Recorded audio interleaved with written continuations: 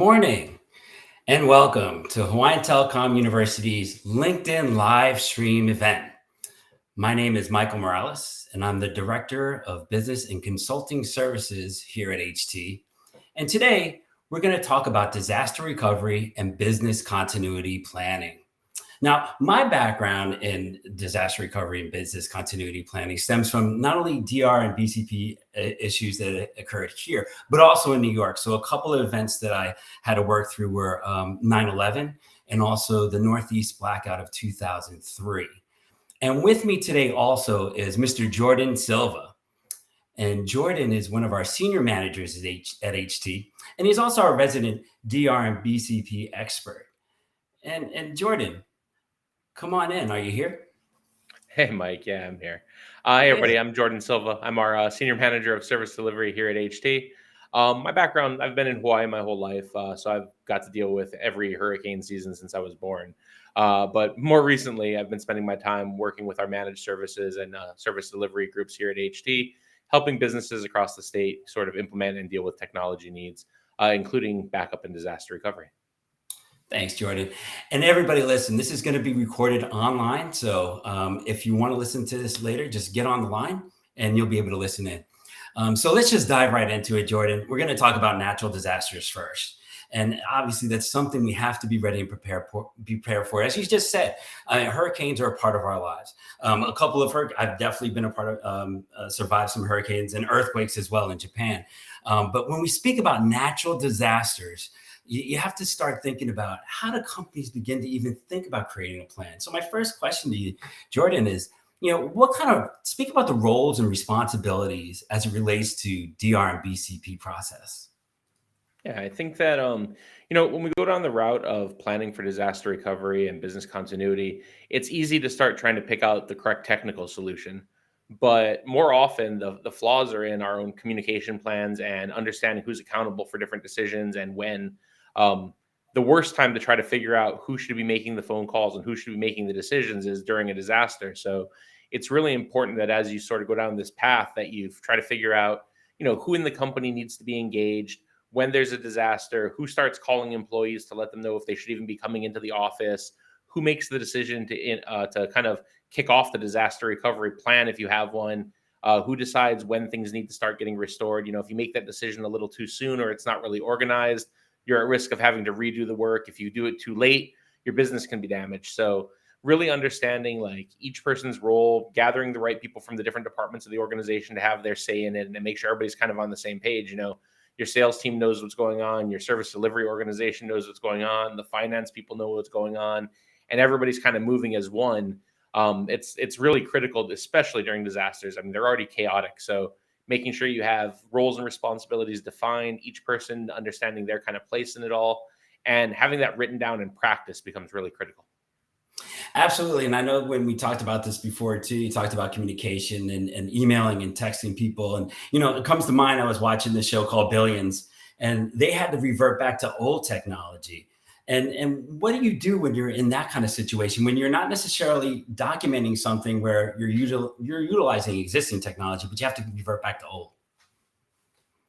Yeah, I think when we start talking about business continuity, a lot of people immediately jump to the disaster recovery phase, but that's really kind of the tail end of things. That's when, the disaster is over. You're starting to restore business to what it used to be. You're figuring out if your buildings are damaged, you're bringing servers, workstations, things like that back online. But a large part of the planning has to be during the emergency, and that's what really business continuity is about. And each business really needs to kind of sit down and have an honest conversation with themselves and think, okay, do I need to be here during this emergency? Does it make more sense to just close the doors, lock everything down, shut it all down, send the employees home, be safe?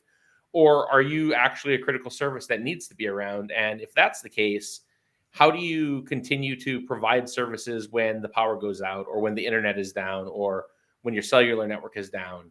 And critical services aren't just things like hospitals and doctors' offices. A lot of things, even like hotels, have to deal with that because they have guests who can't just be evacuated and kicked out. They're relying on them for a place to stay that's safe. So, how do you process those guests when people are checking in or trying to leave or arriving even during an emergency? And you kind of have to figure that out. Can you take credit cards and process them later? Can you just jot down some notes and rely on some honesty? Do you have to revert to a cash only experience if you're a restaurant or some other type of service. And write that down and practice it, and also make sure that all those things are still within compliance. Like, you don't get a pass during an emergency if you accidentally store credit card information wrong and it gets stolen. And HIPAA doesn't just say, "Well, if there's a hurricane coming, it's okay. Store the data however you want." So it's important to understand that even your backup plans and your continuity strategies need to kind of follow in those guidelines as well. So really sitting down and saying, okay, what operations of ours have to be functional all the time? What can we say, hey, this is actually enough. There's an emergency. We're going to shut down this segment of the business for now. And walking through that and making sure each of those groups is aware that's what's going to happen. Jordan, that's so correct. And I mean, you think about kind of just unprecedented times, and I don't think anybody can fully plan for what's unknown, and it's tough. And you're the stuff that you're talking about. If I was listening and I was out there, I'd be Googling like DR and BCP best plans. And there's a lot of information out there, don't get me wrong. But would Hawaiian Telecom, would we be able to provide some kind of professional service to give people kind of guidance and develop a strong DR and BCP plan and process? Yeah, I mean, our background as a company is, I mean, we've been in Hawaii since the 1800s, so we have a lot of background in planning for this type of stuff. We're considered critical infrastructure, so for our own needs, obviously, we plan. A lot of people generally think that we're only available to also do this stuff for security purposes, but most of the time, a lot of the compliance work we're doing, a lot of the work just around general planning and technology planning coincides with this pretty nicely. So we absolutely can help with it. Um, all of our planning isn't just about technology, because at the end of the day, we're implementing technology to improve businesses, not because technology is super fun. I mean, I do it because it's super fun. Customers tend to do it because they want to make their business better. So we agree there. But yeah, I mean, the technology is being implemented to improve the business, and as a result, our planning has to sort of think through these processes. What are the single points of failure? What are the things that they need to account for if the technology were to fail? And that's a lot of the initial decision making process. It's not throw some technology in and then worry about the disaster later. It's really when we're deciding on solutions, we start talking about these things, because that's what we really need to understand. Absolutely. And you know what? I think, folks, as we're kind of going through this part on the natural disaster aspects, I want to also switch gears a little bit and talk about another huge risk that's also impacted us here locally and on the mainland as well. It's ransomware and it's cybersecurity attacks. In the healthcare industry alone, over the last year, there's been an increase in over 94% ransomware attacks. And my question to you, Jordan, is actually, what are the things you have to consider when you're building this DR and BCP process, this plan? What do you have to consider with ransomware attacks? Keeping that in mind. So I think ransomware, while it is a new threat, it fits in line with everything else that we've always considered. It's just a new risk. And when we start talking about business continuity planning, that's really what we're doing. Is we're evaluating what the risks to our organization are. We're looking at how likely they are to occur, and we're looking for the best ways to either mitigate those or avoid them, or get insurance to cover them.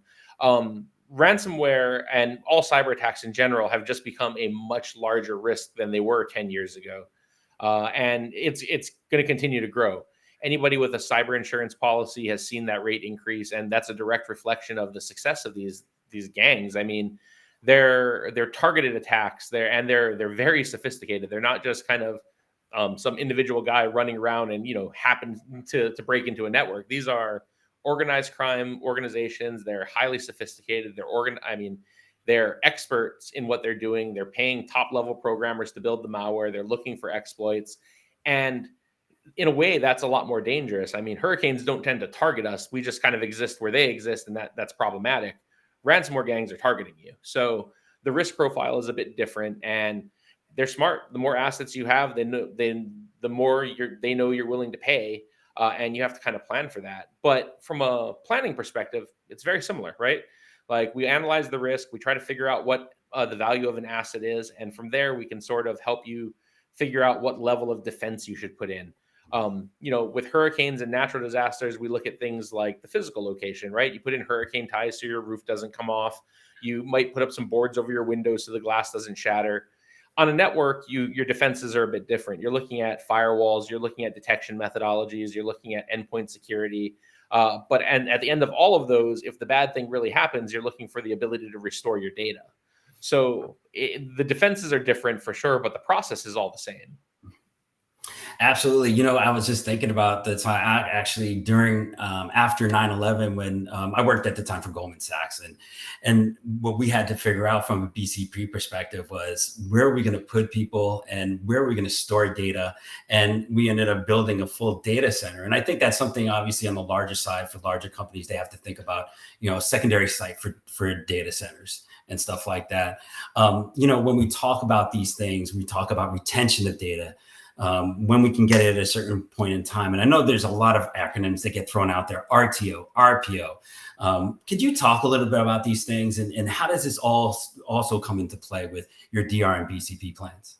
Sure. So when we're talking about disaster recovery and just backups in general, there's a few key things that we sort of have to figure out to identify a good backup solution and recovery solution. The first is understanding where the data is. And that's something that it gets more confusing by the day as we move more into cloud solutions and things that aren't just sitting in our building anymore. Understanding what kind of backup we need for that, if we need a backup, who's responsible for the backup, that gets really murky.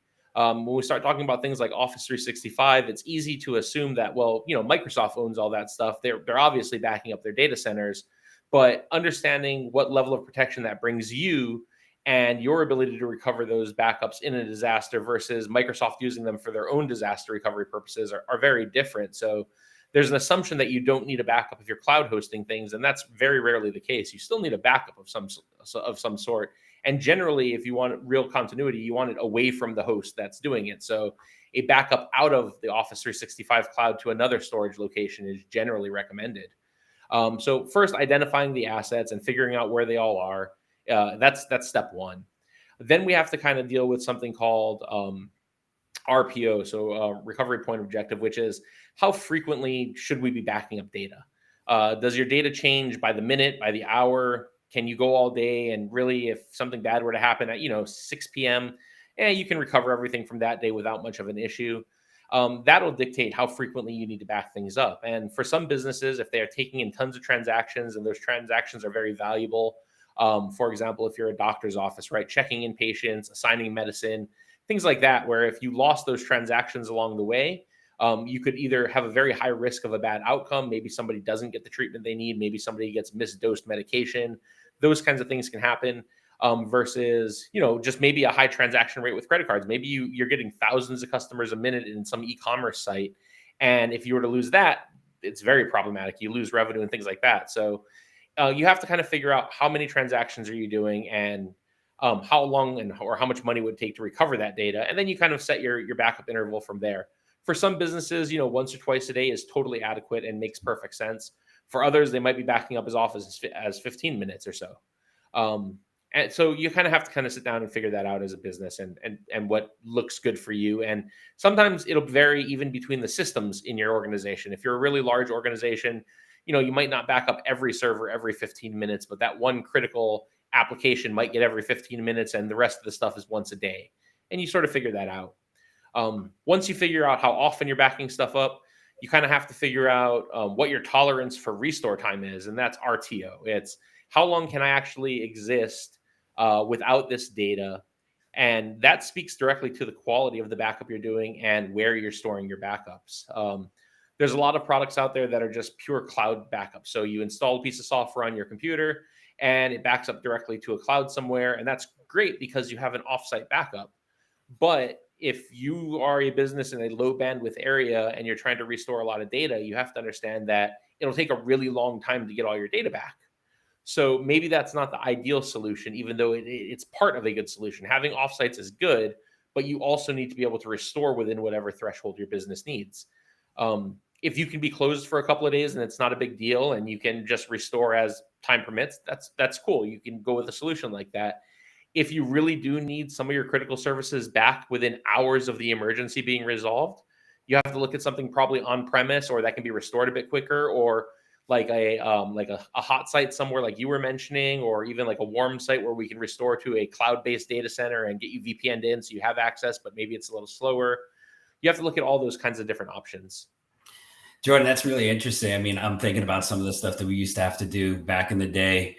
And, you're a young fellow, I'm an old guy. So we'd have obviously now you have the options, obviously, of cloud-based, physical on-prem. And then we used to do taped backups and we'd take them offsite. I remember Charlie Dvorak would go with my boss, Judy Wage, and they would go and literally go down. And he was a big dude. That's why he would take these tapes to a secure location every week. So, I mean, obviously there's options that people have to think about.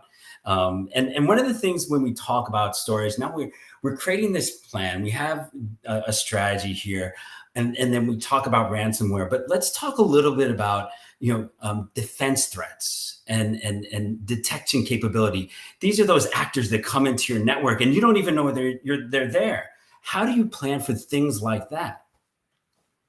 So in the world of business continuity, that'd be sort of like risk mitigation. And what you're really looking to do is trying to reduce the damage that a threat can do, um, if possible. When we're talking about cyber crimes specifically and cyber attacks, there's a concept of defense in depth. And what that really means is that you're acknowledging that any given solution will probably fail at some point. And I think that's an important thing to sort of recognize because as a defender of a network, you have to be right 100% of the time. Like if we miss a patch, if we miss a firmware upgrade, if we accidentally set a rule on a firewall wrong, the bad guy's going to find it, and they only really need to find it that one time to get in. And what a threat actor or someone is looking for is persistence on your network. So they're not going to get in and then attack immediately. Generally, they might, but usually they're going to get in and they're going to try to get like a foot in the door, and they're going to try to stake their claim there and really root themselves into your network. So if you do catch that crack that you left and you patch it, they have another way in. So you have to understand that at some point your defense is going to fail. You could have the best firewall in the world, and one firmware upgrade could be wrong and have a flaw that you have no idea about, that maybe even the vendor doesn't know about yet, and it doesn't matter, they can get bypassed. So you can't rely only on singular solutions. If you think about like a castle from the days of knights and such, they had moats, they had big gates that would come down, like they had archers up in the towers. They knew this concept because the walls don't stop everybody. Somebody invented a ladder and ropes, right? Like, so you have to, the attacker's gonna find a way, and as a result we have to do the same thing. So we look at it from the perspective of like perimeter defenses, that wall, in our case, it's a firewall. We look at things like EDR solutions. So if they get past that initial wall and they do get to a workstation, something on that workstation is hopefully stopping the threat.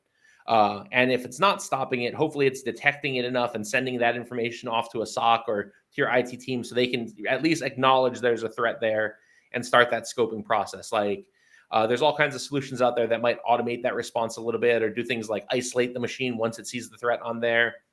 But even if all that fails and say they are successful, they do penetrate your network, you need stuff to maybe stop them from stealing the data. Just because they got in doesn't mean they should be able to send the data out. So, data loss prevention tools come into play in those cases.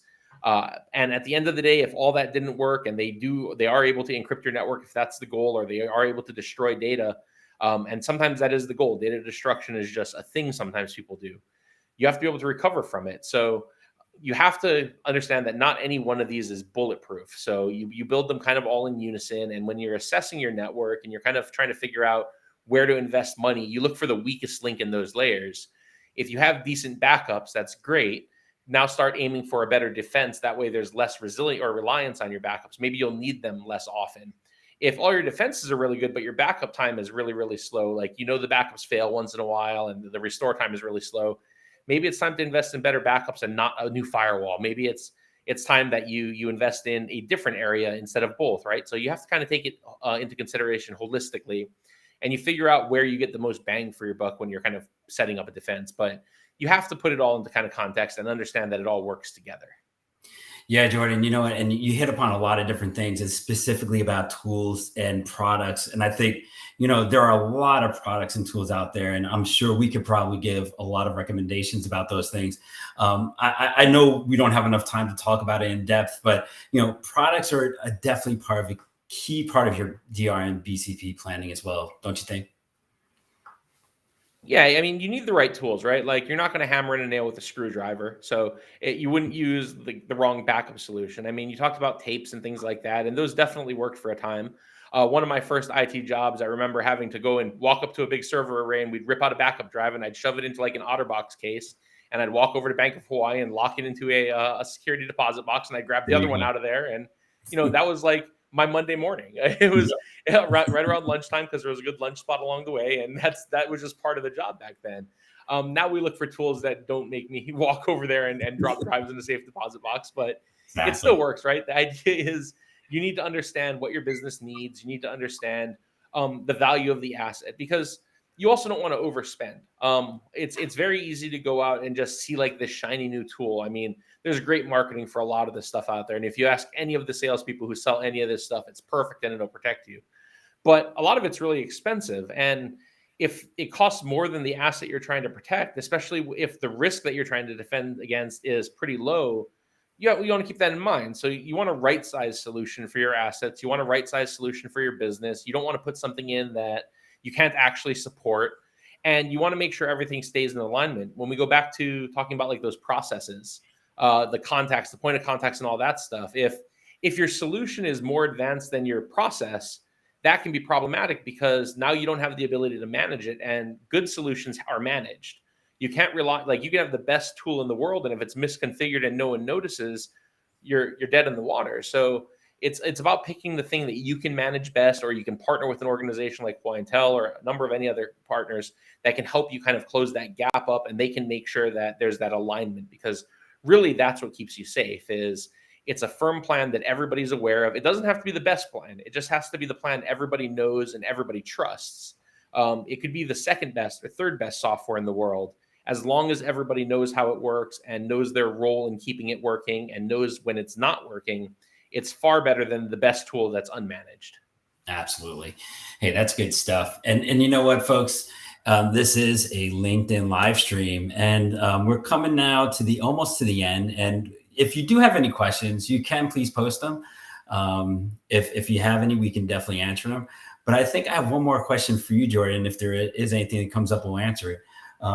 How can folks get more information about what we just talked about today? So, I mean, the easy answer is just reach out to us.